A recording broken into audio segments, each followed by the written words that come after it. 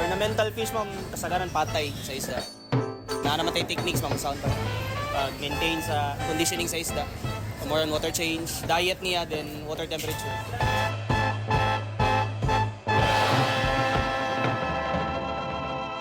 Si James, 32 years old, from Lapu-Lapu.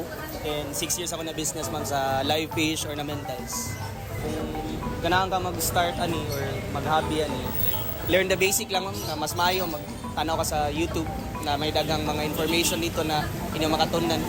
Pero more on, kung ganahan ka ng mga basic lang na isa na busy ka sa trabaho, sa negosyo ba sa eskwela, more on gapi dyan tayo sa ornamentals na ma'am na business. Silbi lahutay lang ma'am ba? Namagay sometimes ang business na high and low, pero nakaninot lang sa ornamental ma'am is dili siya seasonal.